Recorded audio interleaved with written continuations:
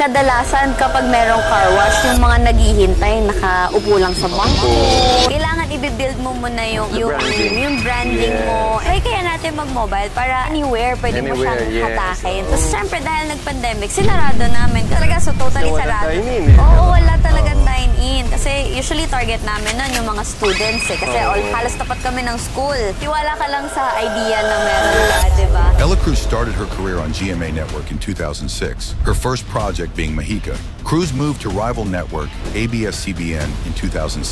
She once again moved to ABS-CBN to appear in Malala Mokaya. Ella Cruz made another return to GMA Network in 2011, but later quickly moved to TV5 for Inde Wanda, but officially transferred to ABS-CBN and Star Magic as a contract artist.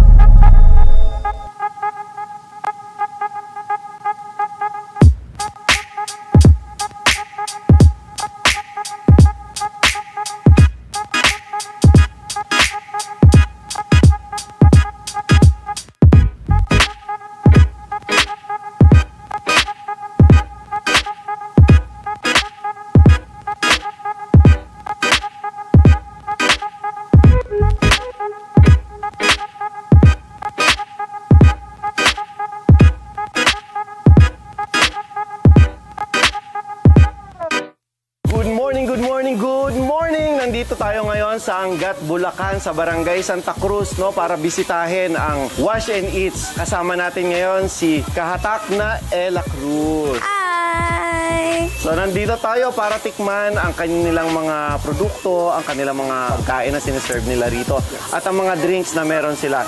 Let's try it!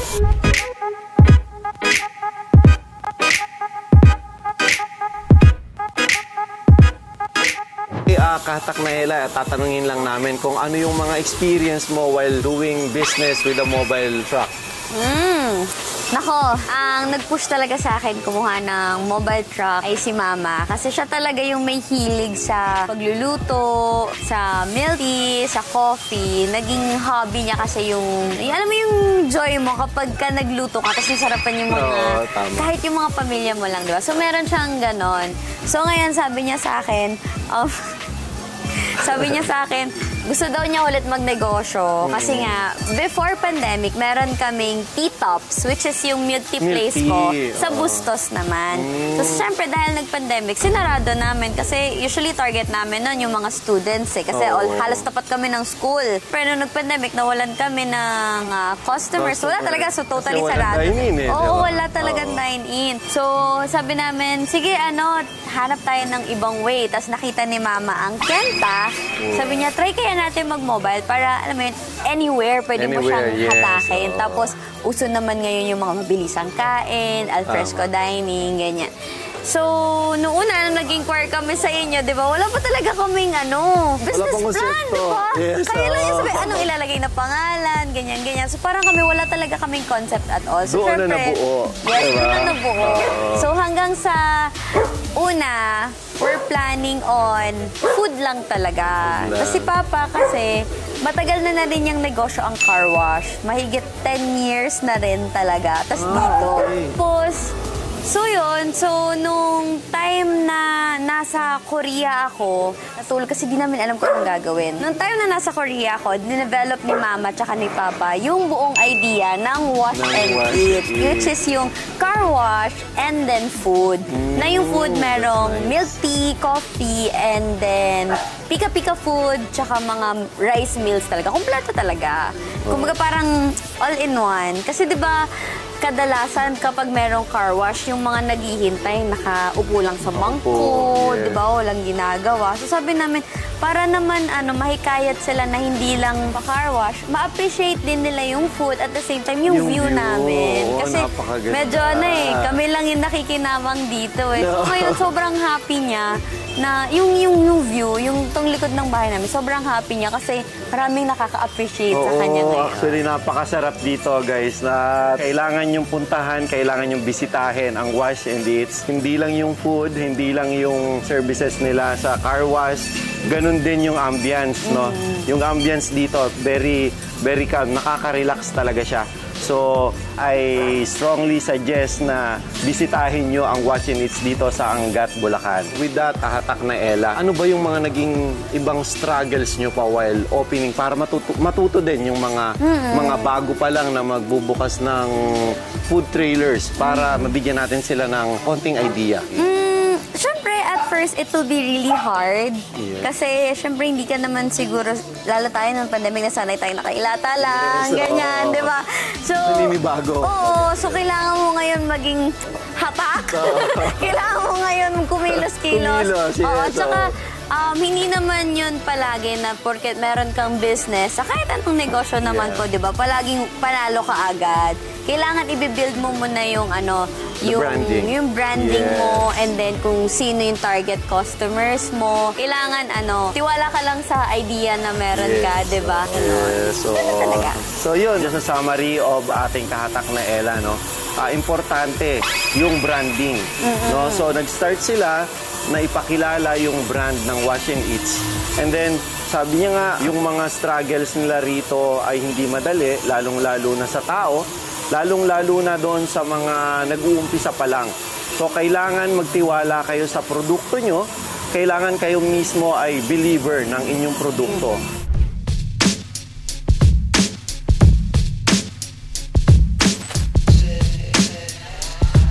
Nandito na yung mga food natin, no? So I'm very excited na matry yung mga food nila dito. Actually, it looks very promising, no? So, tanungin natin si Kahatak na Ella doon sa mga food na meron serve dito ngayon. Okay, so ito din, itry din natin yung, what do you call this? Ito yung fish fillet, sweet and sour. Sweet and sour fish fillet. Sige, try natin. Ano to, Dory? Anong... Hindi ko rin alam. Hindi nga ako yung Pero masarap. kaya napapatanong ako. Kasi yung lasa niya talaga actually, this food, parang bagay na bagay sila talaga sa kanin. Haluan mo ng yang chow. Dapat haluan mo siya ng yang chow kasi may ano yan pala, eh. no? So yung kuha tayo yang chow. Try natin yung yang chow. With Fish fillet. Masarap pala yung yang chow nila, kaya nga pinupush. Oo. Masarap Kasi din di ba yung yang ganun chow. pagka-Chinese food, yang chow yung rice mo, tapos ulam. Try nyo dahil makakarami din kayo ng pagkain. Habang nandito kayo sa likod, yung likod namin ay ito yung Angat River. Isipin nyo yung feel na nandito kayo. No? Yung ambience, yung hangin, no? Habang nakaupo kayo dito sa Wash and Eat. So guys, I encourage you to go here and try their food. And also their drinks. Okay? What can you say, Ma'am Ella? Ayan, sa inyong lahat, kung natatakam na kayo kumain, kapag meron kayong oras, isama nyo yung buong pamilya ninyo kung galing kayo sa Manila or kahit saan pa. Malapit lang to. This is 1.5 hour from Manila. So, mabilis na biyahe lang naman. So, visit na kayo dito kasi ito ang panalo dyan. Food, view, at syempre, malinis na kotse pag uwi. Bago ka uuwi, magkakaroon ka na malinis na. Busog ka pa. Yung mga pupunta, siguro merong mga way going to DRT, no? Papunta dito sa DRT. Siguro yung mga, ano pa bang mga pwede nilang bisitahin dito sa Bulacan? Meron kami dito yung church, meron ding mga resorts dito, pwede nilang puntahan. Yeah, oo. Actually, ang marami talaga pumunta dito, mga riders, kasi dumadaan sila dito pa DRT. Going to DRT? Oo, sa mga gusto magkape muna bago dumiretso ng DRT, punta na kayo dito. Or bago umuwi. Tama. Diba? Yes. So dito na kayo dumaan bago kayo pumunta sa kung saan man kayo pupunta. At bago kayo umuwi, bumalik kayo rito para mas matry nyo pa yung ibang food na meron sila. Okay, very good for family and friends, sa mga barkada, sa mga tropa. So invite nyo na, dumaan kayo rito before you go to your destination, your location.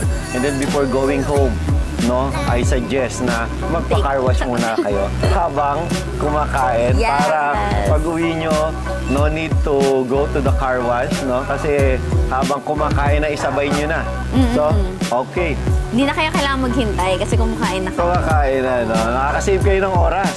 Malaking Totoo time, yan, no? totoo yan. Anything to say, Miss? Ayun, maraming salamat po. Okay, of course. yes, thank Kayo, you kung din. kailangan nyo na rin ng bagong, kung gusto nyo na rin ng bagong negosyo, alam nyo na saan kayo pupunta. Yes. Kay Kenta dapat. Kenta ko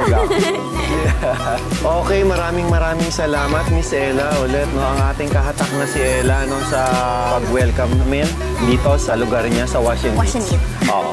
I'm very thankful, no? At very happy. I'm also very happy na napuntahan natin to. Na-try yung food, sabi ko nga sa inyo, napakasarap. So, see you guys sa location na to, no? Dito sa Wash and Eat. Okay, thank you. Siyempre, thank you rin sobra sa inyo. Kasi kung wala naman kayo, hindi dahil sa inyo, wala rin tong buong ito actually. So, tulungan lang po tayo dito, engineer. Maraming salamat po. Visit us here in Angat, Bulacan. Yes, thank you.